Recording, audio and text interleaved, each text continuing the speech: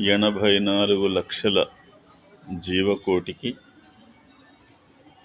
స్త్రీ జాతికి పురుషుడు, పురుష జాతికి స్త్రీలు చాలా అవసరం. అంటే అది పక్షి కానీ, జంతువులు కానీ, జలచరాలు కానీ, ఏదైనా కానీ. అందులో ప్రత్యేకంగా మానవుడికి, మానవ జన్మకు, మానవ మనుగడకు ఇద్దరూ అవసరమే.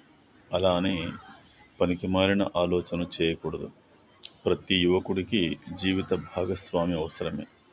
ప్రతి యువతికి జీవిత భాగస్వామి అవసరమే.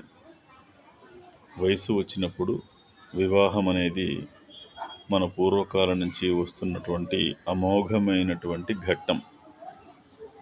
చిన్నప్పుడు తల్లిదండ్రుల వద్ద విద్యాబుద్ధులు నేర్చుకోవడం కోసం, కుటుంబ పోషణకు కావలసినటువంటి విద్యను అభ్యసించడం కోసం, పని నేర్చుకోవడం కోసం తల్లిదండ్రుల సహాయం తీసుకుంటారు. తల్లిదండ్రుల తోబుట్టుల ద్వారానే ప్రయోజకులు అవుతారు. ప్రయోజకులైన తర్వాత, వివాహ వయసు వచ్చిన తర్వాత వివాహం అవసరం. అందుకు ప్రతి పురుషుడికి ఒక స్త్రీ కావాలి భార్యగా. భార్యగా మాత్రమే. ప్రతి స్త్రీకి పురుషుడు కావాలి భర్తగా. అలాంటప్పుడు ఇద్దరు సర్దుకుపోయి బ్రతకాలి. భర్త ఎంత సంపాదన తెస్తే భార్య అంతలోనే కుటుంబాన్ని నడిపే విధానాన్ని, ప్రణాళికను సిద్ధం చేసుకోవాలి. అలాగే ఇప్పుడిప్పుడు చాలామంది తెలుసుకుంటున్నారు. కొంతమంది మహిళలు ఉపన్యాసాల్లో కూడా చెప్తున్నారు, కట్నం అడిగేవాడు గాడిద అని. ఇది ముమ్మాటికి నిజం.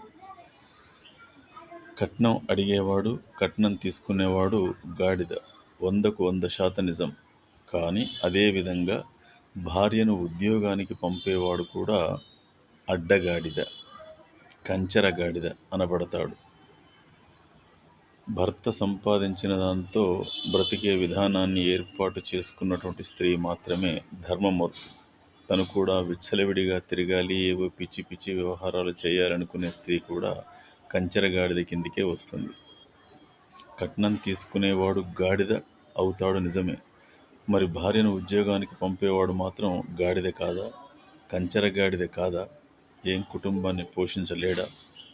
అలా అని కుటుంబాన్ని ఈ విధంగానే పోషించాలనే రూలు ఏమీ ఉండదు. ఎవడి శక్తి కొద్దీ వాడు తన భార్య పిల్లని పోషించుకుంటాడు.